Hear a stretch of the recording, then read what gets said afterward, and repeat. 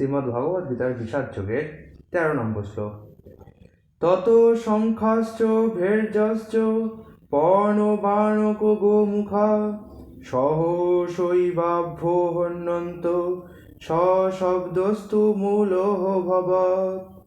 তারপর শঙ্খ, ভেরি, পণব, অনেক দানব, ঢাক, গোমুখ সীমাসহ হঠাৎ একত্রিত হয়ে ধ্বনিত হয়ে এক তুমুল শব্দের সৃষ্টি হলো। অন্যদিকে আমরা এই 14তম শ্লোকটি পরে দেখতে পাবো। অন্যদিকে শ্বেত অসযুক্ত এক দিব্যরথে তার এখানে আমি বলে দিই যে এখানে 13 নম্বর শ্লোকটি ততটা গুরুত্বপূর্ণ নয়। এখানে কী বেজেছিল, পণব, ঢাক, ভেরি, এই সমস্ত কিছুর বর্ণনা করা আছে। তো এই পরবর্তী শ্লোক 14 নম্বর শ্লোকটি গুরুত্বপূর্ণ এবং এটা আমি কালকে আপনাদের কাছে ব্যাখ্যা করব।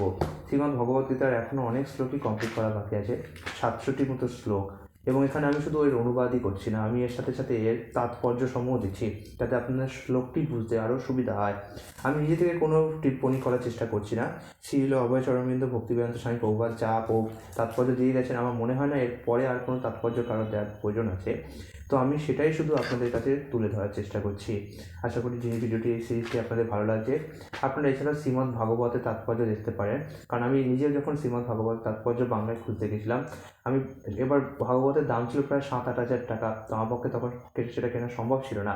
তো আমি ভাবলাম যে যদি কোনো ভিডিওতে এই তাৎপর্যটা ব্যাখ্যা করা যায় তাহলে সেটা খুব ভালো হতে পারে। তাই জন্য আমি নিজেই বইগুলো কিনেছি এবং কিনে তাৎপর্যগুলোকে ব্যাখ্যা করছি, যাতে অনেক সময় বইগুলো আমার কাছে নাও থাকলেও এই ভিডিওগুলির মাধ্যমে যেন আমি পুরো ব্যাপারটাকে, পুরো ভাগবতটাকে, ভগবদ্গীতাটাকে যে কোনো জায়গায় যে কোনো সময় তাৎপর্য সহকারে শুনতে পারি। আশা করি এই সিরিজটি আপনাদের ভালো লাগছে। এছাড়াও বিভিন্ন রকমের বই যেগুলো আপনাদের পড়া উচিত পারমার্থিক উন্নতির জন্য, সেই বইগুলোকে আমি ব্যাখ্যা করে একটা সিরিজ বানিয়েছি।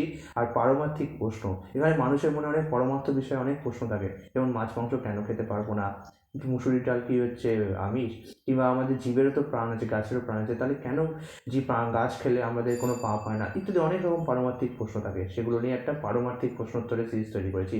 অবশ্যই পুরো সিরিজটা আপনারা দেখুন। কালকে 14তম শ্লোকটি নিয়ে আলোচনা করা হবে।